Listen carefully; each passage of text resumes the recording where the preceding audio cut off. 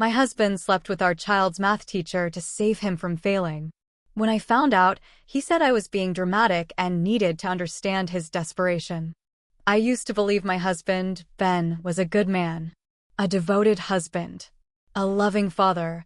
We had been married for 12 years, and while our life wasn't perfect, we had built something strong, or so I thought. Trust, love, partnership. That's what a marriage is built on, right? But the worst betrayals don't come from strangers.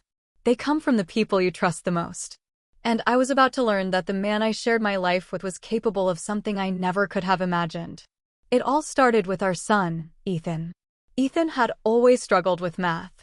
He wasn't the kind of kid who breezed through school, but he tried. He worked hard. He wanted to do well.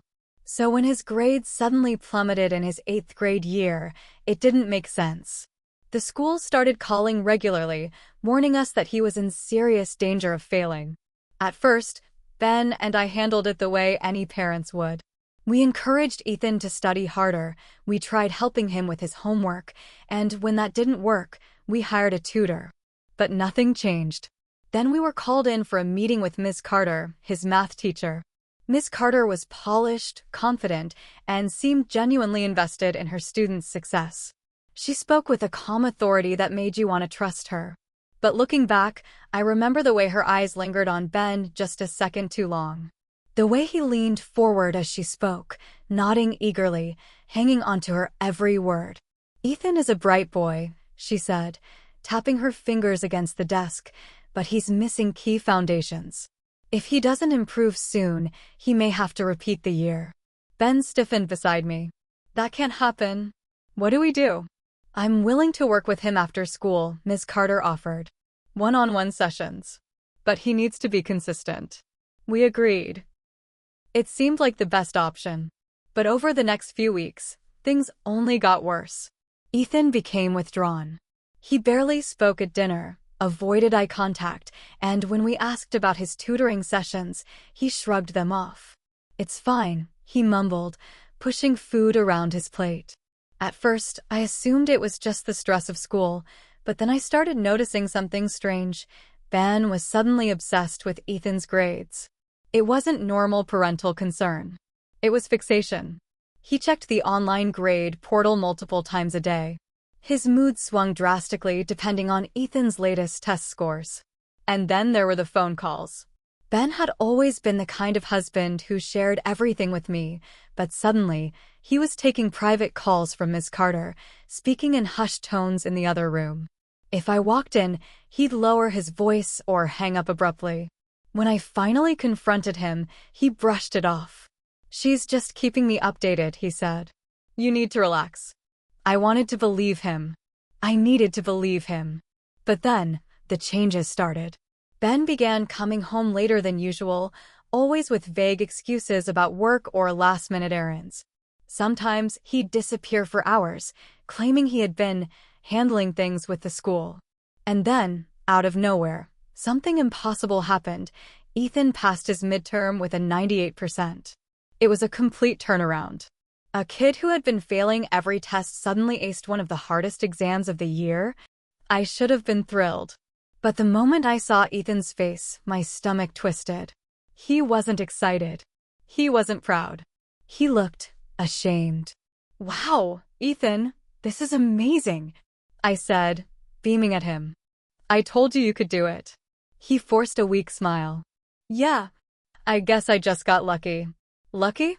That night, as Ben climbed into bed, I turned to him, trying to keep my voice casual. "Did you talk to Ms. Carter about Ethan's test?" He barely paused before answering, but it was enough for me to catch it. "Of course." She said he's improving. He rolled onto his side, away from me. "That's what we wanted, right?" "Yeah, but don't you think it's strange?" He went from failing to nearly perfect overnight. Ben let out a long sigh, flicking off the bedside lamp. "You're overthinking again. Let's just be happy for him." I lay awake for a long time that night, staring at the ceiling. Something wasn't right. I could feel it, deep in my bones. And soon, I would learn the horrifying truth. The day after Ethan's test results came in, something felt off. At first, I couldn't put my finger on it.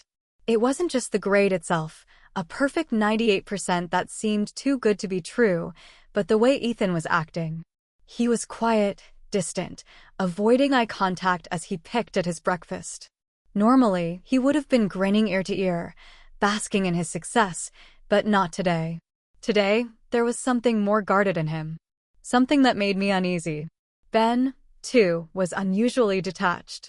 He sat across from us, tapping away on his phone, barely glancing up as I praised Ethan. It wasn't like him. Usually, he would have joked around with Ethan, told him how proud he was, maybe even planned a small celebration.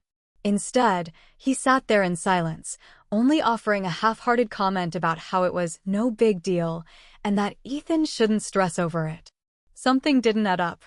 I watched Ethan push his food around his plate, barely touching it. It wasn't like him to turn down a proper breakfast. I asked if something was wrong, if there was anything bothering him, but he brushed me off, giving me an answer that felt rehearsed. "It's fine, Mom." Really? But I knew it wasn't. I could feel it in my gut. That afternoon, I found myself standing outside Miss Carter's classroom at school. I hadn't planned to come, but something told me I needed to understand how Ethan's performance had changed so dramatically. His progress had been sudden, too sudden. And it was like Miss Carter was the key. When she saw me, her smile was wide, professional, the kind of smile that was warm, but cold at the same time. She greeted me like it was just another meeting, her eyes too bright, her voice too smooth. I asked her if she could explain Ethan's sudden improvement. "We're so grateful," I said, forcing a smile, "but I just don't understand how he turned things around so quickly." She answered in that polished, rehearsed way of hers. "It's just a breakthrough. Sometimes students surprise you." But the way she said it, there was something almost too perfect about her answer. She wasn't giving me anything real. Just polite words that seemed to float in the air and disappear. I asked to see the test, the one Ethan had gotten his high score on. There was a split-second hesitation, a small twitch in her expression that she quickly masked. "Oh, I'm afraid the school keeps all tests on file. But I could get you some practice problems if you'd like." I could feel my chest tightening as I nodded, thanked her, and walked out. The weight of the moment was heavy. Something wasn't right, and I was getting closer to finding out what it was. That night, after Ben had gone to sleep, I couldn't shake the feeling. I needed to know more. I picked up Ben's phone. He'd been overly protective of it recently, always keeping it face down or hidden. But he had never been careful with his passcode. It was still my birthday. I unlocked it without hesitation. What I found in his messages shocked me. There was a conversation between him and Miss Carter, one I had never expected to see. The texts were clear. Ben had been talking to her about Ethan's grades, but the words they exchanged were chilling. "Ben, are you sure this will work?" Miss Carter: "Yes, I'm confident." "Ben, I just don't want him to fail. We have to do whatever it takes." Miss Carter: "I know. You'll come over after school to talk?" Ben: "Same place?" Miss Carter: "Yes, see you soon." And then, as I scrolled further, I found pictures. Pictures that left me breathless with disbelief. Photos of Miss Carter, dressed provocatively, and one of Ben's hand on her thigh. I wanted to scream, but the only sound that came out was a choked sob. I couldn't breathe. My entire body went cold. I dropped the phone on the floor, feeling the tears well up in my eyes. How long had this been going on? How had I missed it? The anger, the hurt, the betrayal, it all hit me in a rush. But most of all, I was terrified. Terrified for Ethan. Terrified for myself. What had they done? I couldn't sleep. I lay in bed staring at the ceiling, replaying everything. I thought about the way Ben had acted this morning, his indifference, his dismissiveness. I thought about Ethan, how his relief felt so forced, so wrong. It all made sense now. Too much sense. And yet, it still didn't feel real. By morning, I was numb. I waited until Ethan had gone to school before I walked into the kitchen. Ben was there, drinking his coffee, scrolling on his phone like everything was normal. I didn't say anything at first. I just threw his phone on the table. The silence between us was suffocating. Explain, I said, my voice shaking.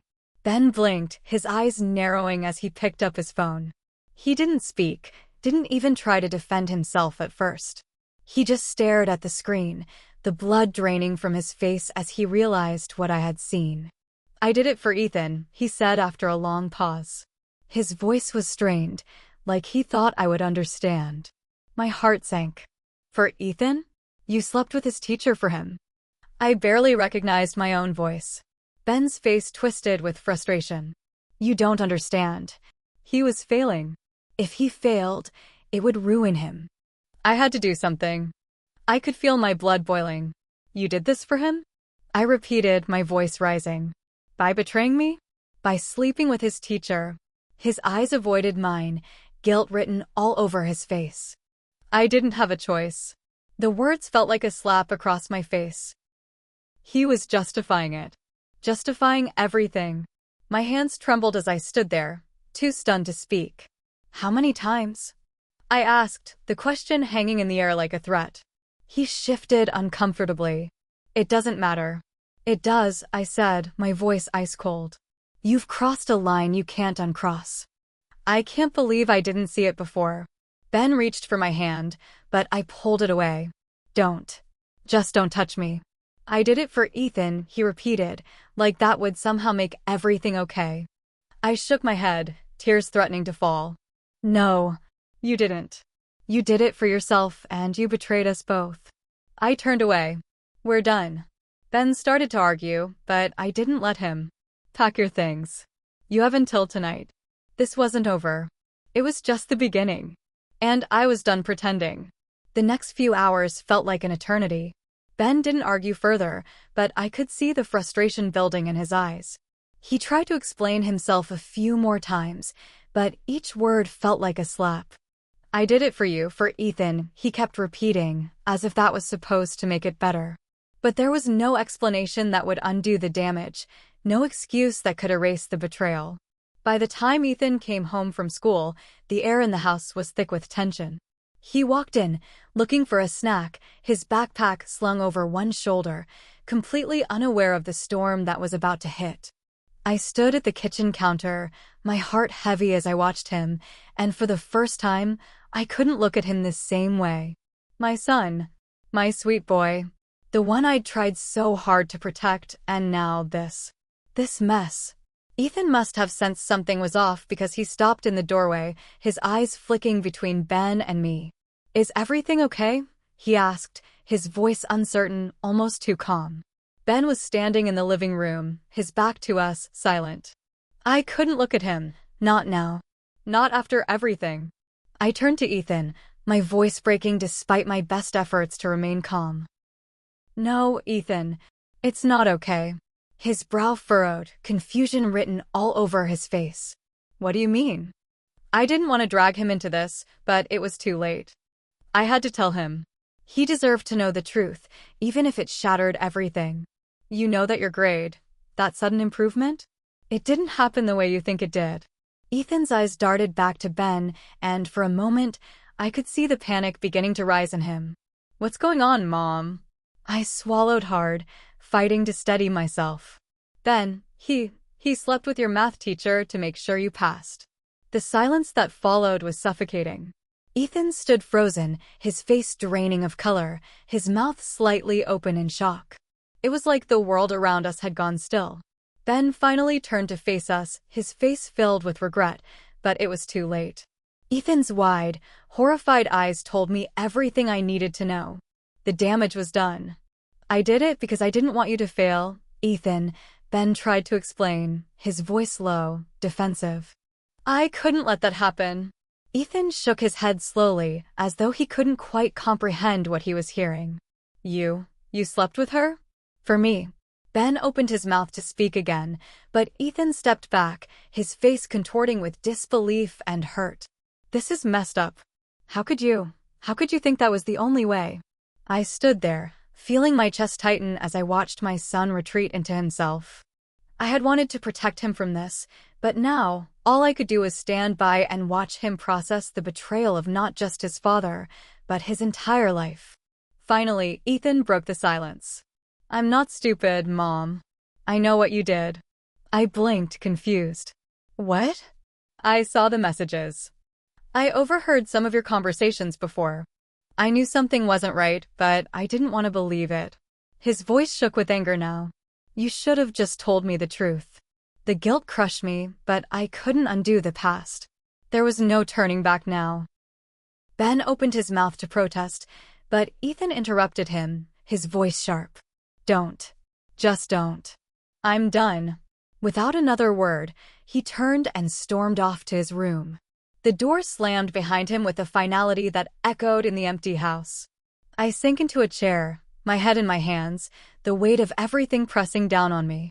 Ben stood there, staring at the door, the silence between us suffocating. I don't know what to do anymore, he muttered, his voice broken, but it didn't matter. It didn't change anything. We had crossed a line, and there was no going back.